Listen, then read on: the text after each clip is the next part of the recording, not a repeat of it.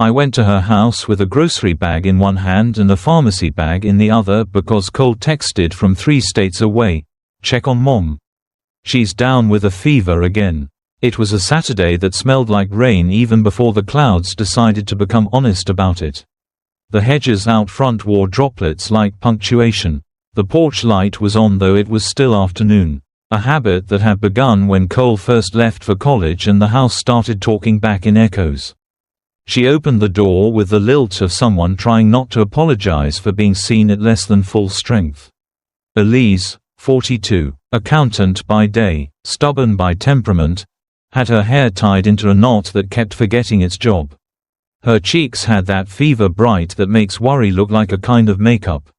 "You shouldn't have come," she said, because courtesy is a reflex with her. "I brought soup and 2 kinds of tea because I don't know your politics," I said, lifting the bags as if they were credentials. "And a working thermometer because yours has trust issues." She stepped aside with a soft smile that looked like a sigh trying to be polite. The house smelled like lemon cleaner and laundry that would be folded if time behaved. A half-assembled puzzle colonized the dining table. The couch had become a museum of blankets.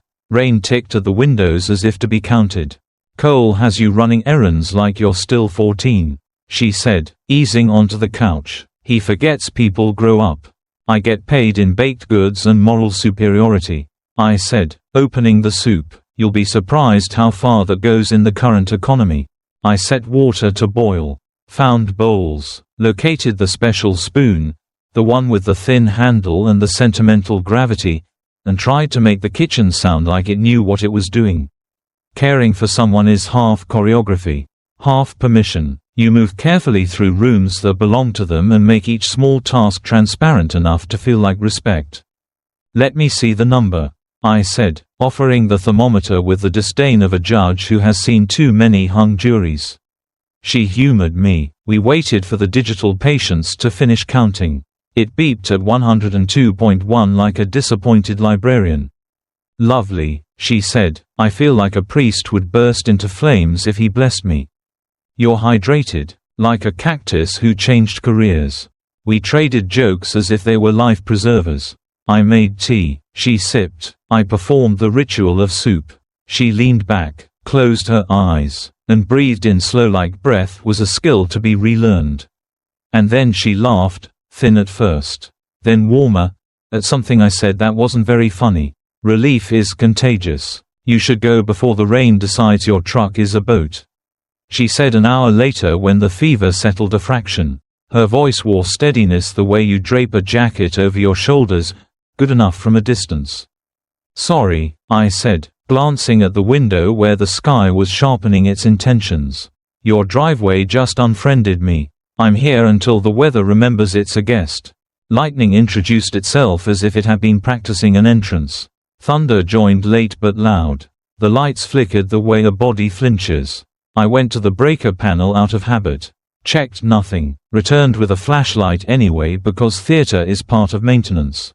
The house held. We made a camp of the living room, kettle, thermometer, a fortress of pillows, 2 blankets with the weight of affection knitted into them. She dozed. I read headlines without letting them touch me. The rain graded into a steady percussion that made time slide smoother. Twice, she woke with a soft startle and apologized for sleeping. Twice. I told her to save the apology for something ambitious like arson. Around dusk, the power blinked off and on as if to ask, "May I?" The third time it stayed off long enough for the room to admit the truth. We were going to be lit by windows and whatever courage we could make. I found candles because every house keeps them in the same drawer as the pens that don't work and batteries that do. One after another, flames appeared and the living room shrank in a good way, like a conversation that finally remembered its subject. "Stay," Elise said softly when I checked the weather on my phone and the radar sent back a Jackson Pollock. She didn't mean for an hour. She meant the word in its full adult sense, the one that includes the night and every reasonable contingency. "Okay," I said, because consent cuts both ways. And then more practically, "Do you have an extra phone charger and a tolerance for mediocre card tricks?" We ate the soup that tastes better by candlelight because our grandparents were right about some things. We told the kind of stories you only tell when Storm rearranged time open space for them, her first apartment with the crooked floor that taught her to wedge furniture against gravity, my first job where a manager thought the word urgent was a seasoning you add to every sentence. She told me about the years when marriage meant shrinking to fit a frame someone else bought. I told her about my habit of trying to fix sadness with tools. The candle burned lower, pooling wax like a timeline. Fever does strange arithmetic to the senses. Past 10. She was lucid but thin around the edges. A photograph rubbed by too many thumbs. I hate that you see me like this, she said into the blanket.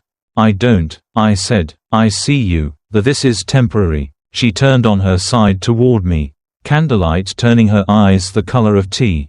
You're kind for a living, she said. I've noticed. I'm handy for a living, I said. Kindness is the part one can't invoice. Her smile was a small, deliberate lift that asked to be kept. Rain softened. The refrigerator clicked back to life and the house exhaled, the strange relief of machinery returning to its chores. Electricity drew our shadows back into our bodies in one smooth motion. She shivered in that way your body does when it realizes it's been too brave for too long. Do you want the bedroom? I asked. You'll sleep easier. You'll take the couch. I'll interrogate it until it confesses to being surprisingly comfortable. She stood, a little unsteady, and I stood with one hand hovering there but not assuming.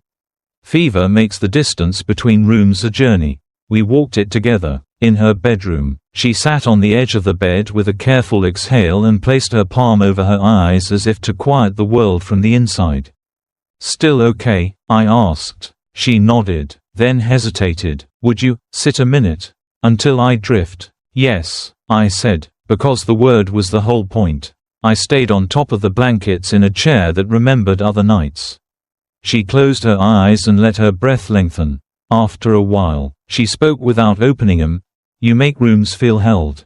I practiced on garages, I said. It made her chuckle, a soft light under the door. When I moved to leave, she reached for my hand.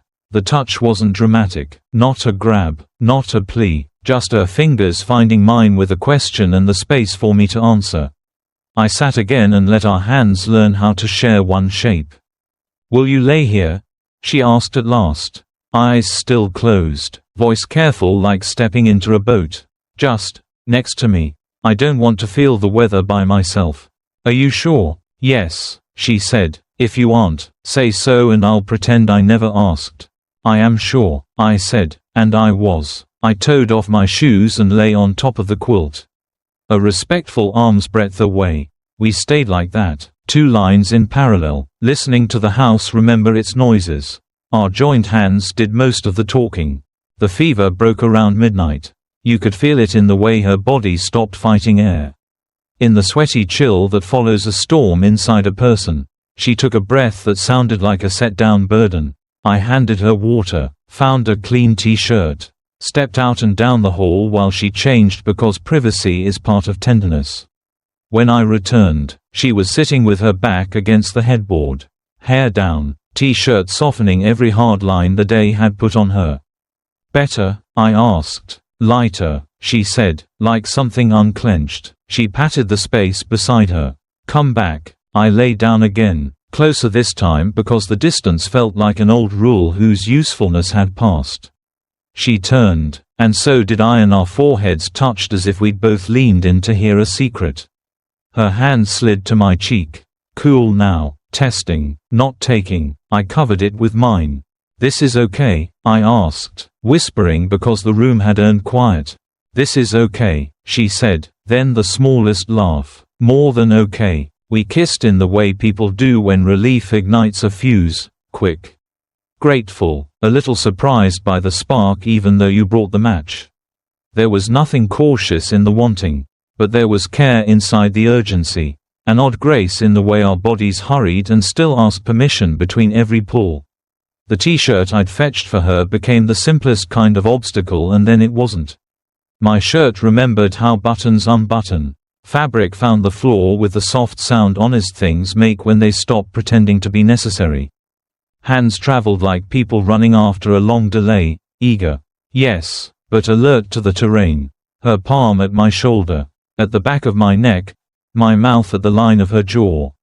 The warm hollow beneath her ear. We moved with the heat of people who needed the world to narrow to one bed. One breath, one name, and yet every motion still checked in. The quiet liturgy of, "Is this good?" answered by the pressure of fingers. By a breath that hitched and then opened. "Don't be gentle with the wanting," she said against my mouth. A statement and a gift. So I brought it with both hands. Not careless but complete. The kind of urgency that still listens. She met me there, no restraint. No apology. Pulling me closer with a resolve I felt down to the gears of my spine. We found a rhythm the way storms find gutters, sudden, then sure, and the room tightened around us like time had decided to hold still so we could move faster inside it. There are descriptions that belong to us and to nobody else. What I can tell you, heat braided with breath, the small, fierce sound she made when I traced the path her pulse suggested, the way my name sounded in her throat when she said it without worrying what it might mean tomorrow. We tumbled into the middle of the bed like people getting out of the rain and then back into it by choice. She pressed me down with her hands flat on my chest and I felt the world stack properly for the first time all day. I rolled her and she laughed because sharing is a better word than conquest. We were not choreographing, we were answering. Closeness blurred into something wilder and still not cruel. Urgency drew us tight. Consent kept step. When the pace threatened to outrun breath, one of us would slow and the other would match. Like runners who know how to keep each other from breaking. The headboard offered a single complaint and then adjusted to history. A lamp tilted at a brave angle and held. When the crest came, it took us both. Fast and exact. The relief of a door unlocking at the exact pressure your hand can bear. I felt her tremble and followed her there. Not ahead, not behind. Together, like the word means when you say it and intend it. Heat slid into quiet. Our lungs did math and found the answer. Somewhere, a pipe in the wall clicked as if to say noted. We stayed tangled, not as trophy but as proof. I kissed her forehead and then the corner of her mouth and then the slow pulse at her wrist. She drew circles on my shoulder with a fingertip until my heartbeat stopped trying to set any records. "Are you okay?" she asked into the space where my neck meets my chest. "I am," I said. "Are you?" She exhaled a yes that sounded like it had been waiting its turn in line all year.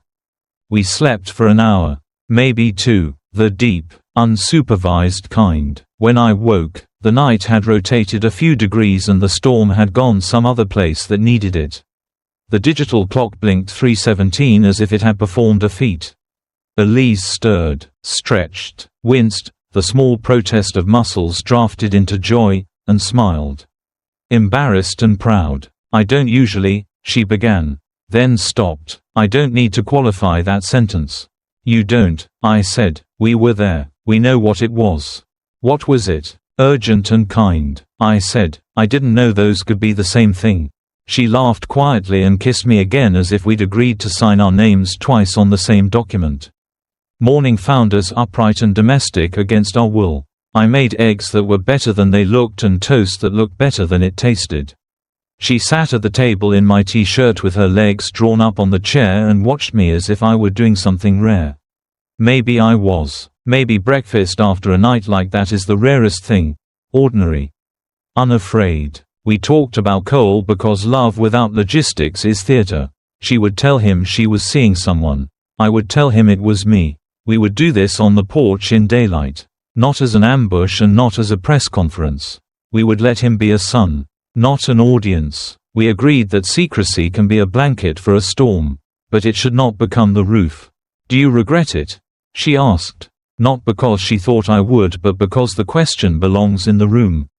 "No," I said, "I regret every second we'll spend translating this for other people. But the thing itself, no, that was ours. That is ours." She nodded. "I don't want to make you lie." "Then we won't. We'll tell the truth to the people who have earned it and keep warm with the rest." We did the dishes in the easy choreography that happens when two people let the day be simple. Our shoulders bumped. Her laugh snuck up on her. The sun discovered the kitchen in lazy rectangles. By noon, the world had resumed its regular arguments. The mailman left a stack of kindness and bills. My truck pretended it had not spent the night imagining being a boat. Cole's name lit my phone. I stepped onto the porch, answered, and said the first true thing. "Hey, your mom's okay." He exhaled a whole continent. He asked me to pass the phone so he could hear her voice, and she took it. And their conversations sounded like rain that had been stored for a dry day finally being spent well. We told him in person the next afternoon. The porch held the three of us the way porches are meant to, all in a row. Elbows on knees, eyes trained loosely on a patch of yard that had done nothing to deserve the attention. I went first because someone should. Cole listened the way I wish all my words would be listened to. When I finished, he nodded once like a man admitting a rule he respected. Then he asked my favorite question anybody asked that week. "Are you good to each other?" "Yes," I said. "Then be good to me with it, too," he said, and I promised out loud the promise I'd been making in my head since candlelight. We learned the new logistics of a life carried in daylight. She had a job that asked her to be on time. I had work that asked me to know the names of noises and the ways machines decide to give up. We made a practice of dinner twice a week and breakfast once if the week behaved. We fought once over nothing that meant everything, the kind of fight where you aren't really angry about the thing you say you're angry about, and we ended it by standing a foot apart and repeating our thesis statement back and forth until it sounded like ours again, urgent and kind. Secrets died natural deaths. A neighbor saw my truck 2 mornings in a row and decided that made us a scandal they could own with their eyebrows. A cashier put us in a category without asking which one we liked. We learned how to let some people be wrong in peace. The people who mattered knew better. My mother met Elise in the cereal aisle and later said to me, "Carry this like a dresser, one at each end. Count the steps. Rest on the landing." Elise's sister sent a text that read, "He looks like a person who has a level in his back pocket. Keep him." In the weeks after, we discovered that the night we'd had wasn't a miracle that wouldn't return, but a language we could keep speaking. Sometimes it was slow like a hymn. Sometimes it was bright and fast like a song you run to. Once, the electricity went out again and I joked that the grid was shipping us. She kissed me like the joke had done its job and dismissed it. And when urgency came back, after a long day or a hard phone call or for no discernible reason, we met it the way we had that first night, with both hands and the same old check-ins. It turns out you can be ravenous and reverent at the same time. People will ask, if they're feeling brave, "Is it the age difference you like?" As if we ordered off a menu. What I like is how she doesn't apologize for laughing loudly when the movie gets something right, how she keeps receipts and also keeps mercy, how she can balance a budget in her head while I am still looking for a pen. What she likes about me, she says, is how I make rooms feel less lonely. None of that has a number after it. Cole came by on a Sunday with a plant that begged not to be trusted with us. We placed it by the window like a trial and tried to behave. He stayed for dinner and watched us do the dishes again. The bump and pass. The tiny dance. "You're gross," he said affectionately. And then, "Don't ruin my childhood." Okay, we promised not to retroactively edit anything important. He promised to tell us if a boundary needed repainting. The first time Elise got sick again, just a small cold. But memory makes even small weather look like a storm. We rehearsed the whole ritual without fear. Tea. Soup. The special spoon. My hand hovering until invited. Her hand finding mine when the night thinned. We slept shoulder to shoulder. In the morning, she squeezed my hand and said, "Stay tonight?" And I said, "Yes." And that was the only vow we needed for a day like that. Months layered. Work stayed honest. Our beds learned the shape of us. The plant lived. The porch knew 3 sets of footsteps that didn't have to tiptoe. People in town got bored of the story and let us be a background fact. Every once in a while, Someone would lower their voice and ask if we were still together, and I would nod and they would raise their eyebrows like permanence was scandal. And then they would get a phone call about something real and forget to be curious. One evening in late autumn, after a week of decent news, I found myself watching her as she read on the couch. Glasses slid down the smallest degree, mouth moving slightly at the good parts. The lamp made a warm circle around her. I thought, if we ever tell this to anyone all the way, we will have to decide which storm to start with, the one outside the house or the one that broke inside us and left warmth as the evidence. She glanced up, caught me looking, and smiled that slow, private smile from the first night. "What?" she said. "Nothing," I said, "just taking inventory." "Of what?" "Everything I'd choose again," I said. She closed the book, set it on the arm of the couch, and patted the cushion beside her. I went. We met in the middle. Urgent as ever, kind as always. The lamp leaned into the moment and held steady. The house learned the sound of us and decided it was a good use of its acoustics. My name did that thing again when she said it, as if it had been waiting its whole life to be pronounced this exact way. We moved with the same speed as the first night and the same tenderness. If anything, we were better at it, less afraid of our own wanting, more precise about the ways to let it through. We tipped together into that exact, exquisite quiet that comes after, and lay there long enough for the clock to forget how to count.